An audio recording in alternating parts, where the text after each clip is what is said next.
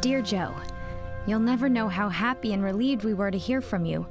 Mom and I were clearing the lunch dishes when news of the Pearl Harbor attack came on the radio. Mom went all white and dropped a big platter on the floor. Dad finally calmed her down, but I don't think she slept at all, waiting for word that you were all right. There were more photographs in the paper this morning. It must have been horrible to be there, Joe. Thank heaven Donnie wasn't stationed in Hawaii, too. I don't think Mom would have survived the worry. Like everyone else, we listened to the president's speech the next day. Dad was real quiet afterwards. I think he always believed there'd never be another great war like the one he'd lived through. That evening, I saw an amazing sight. I passed by the Army recruitment office, and there were hundreds of men lined up outside. A few boys from my school were there, and 8 men on Dad's shift clocked out and signed right up, the coal dust still on their faces.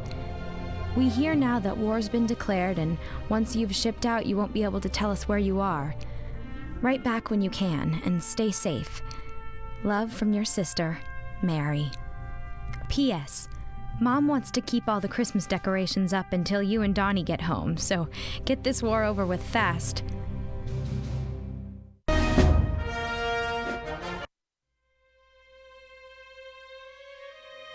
Dear Joe, I have no idea if you've been told yet, but I have terrible news. Yesterday we got a telegram, the kind everyone dreads. Mom refused to open it until Dad rushed home from work. It was about Donnie. He's missing in action in the Philippines. We've tried to get more information from the War Department, but all we know is Donnie and some of the other men in his unit are unaccounted for. Mom's taking this very hard. She's holding on to the hope that Donnie's just been separated from the other Marines, that he made it out of the battle but hasn't been able to report back yet. Maybe it's just some awful mistake. Dad says that can happen sometimes, right? For now, all we can do is pray for another telegram with better news. Somehow, I know it will come. I decided I had to do something to take my mind off things, to help the war effort. With all the men gone overseas, a lot of the girls are working in the factories now. I applied for a job down at the Atlas Steel plant, and I start on Monday. Where are you, Joe? Your last letter had so many holes cut out by the censors that it looked like a sieve. But please, write again. It means so much to us to hear from you, especially now. Love, Mary.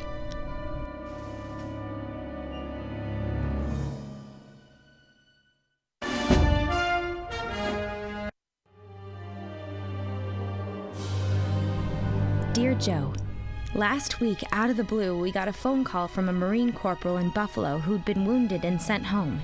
His name is Ray Parrish, and he's been trying to track us down for weeks. Corporal Parrish was with Donnie's unit when the Japanese invaded the Philippines. He heard that Donnie and several other Marines were captured and sent to a prison camp. Dad finally talked to a man at the War Department today. The government can't verify Ray's story. They can only continue to list Donnie as missing. But, Joe, what if it's true? At least he's alive. That's what we must believe now. Ray is visiting family in Erie soon, and he's promised to drive down to Pittsburgh. He has snapshots of Donnie from when they were stationed together on Wake Island. I can't wait to meet him.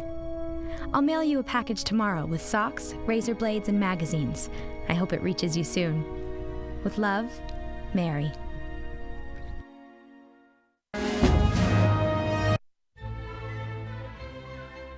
Hi, Joe. You're probably wondering about the stationery. Even though I did swell on the assembly line, the foreman offered me a job as secretary to the accounts office. It's more money, so I can't complain. But you should see your little sister's spot weld steel plate. I have to tell you a funny story. Last night we went to the Grand Theater to see a movie. Wished you'd been with us. Before the feature, there was a newsreel showing some Marines on Guadalcanal. Suddenly, Dad jumps from his seat and yells, "That's my son! That's Joe!" He ran back to the projection booth and made them show it again. It was quick, but one of those boys sure looked like Joe Griffin. I even saved you a souvenir. Well, coffee break is over, but I'll send a longer letter soon. Oh, we got your postcard.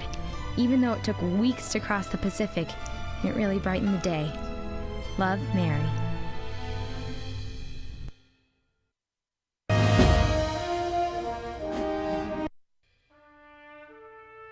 Dear Joe, Last month we had a big storm and the elm in the backyard came down. Sorry to say, your old treehouse was smashed. Donnie's gonna be awfully upset when he gets home.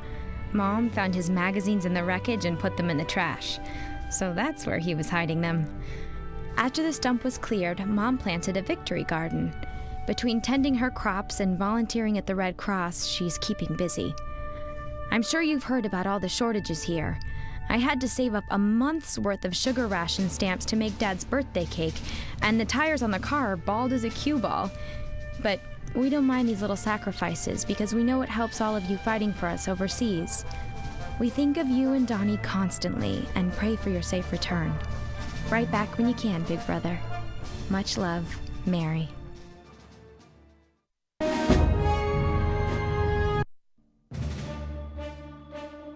Dear Joe, Saturday afternoon there was a big war bond rally downtown with a parade, a band, and a radio broadcast.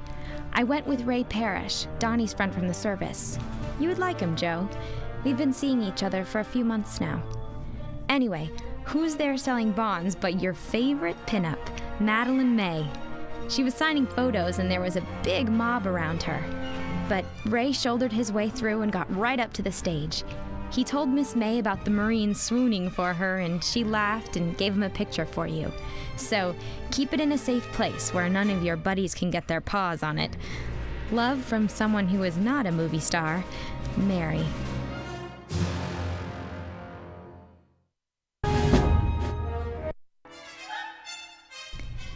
Dear Joe, Dad surprised us with a trip to Atlantic City on the 4th of July. There were so many servicemen on the train that most of us civilians had to stand for the entire ride, but I didn't care a bit. We had a wonderful time on the boardwalk and even saw the famous diving horse. We were passing a shooting gallery and Dad dared Mom to try it. She knocked him down like Annie Oakley and won a Cupid doll. He should have seen Dad's face. Maybe you Marines could use another sharpshooter. Wish you were here. Mary.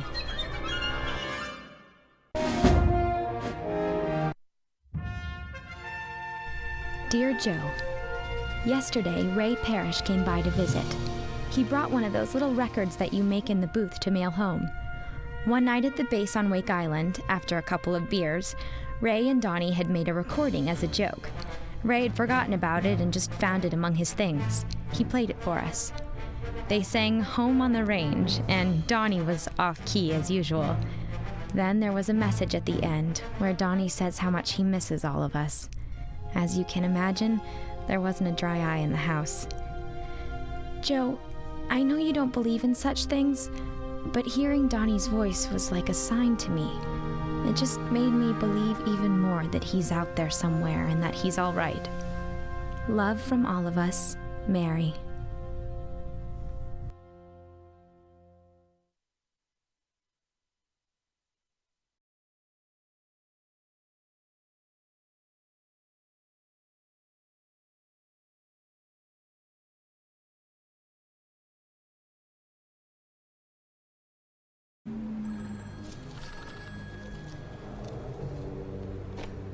Who's this? I hope we can say I'm a friend. Listen, you creep. It's not your money we want. It's your ass. I'm sorry to hear that.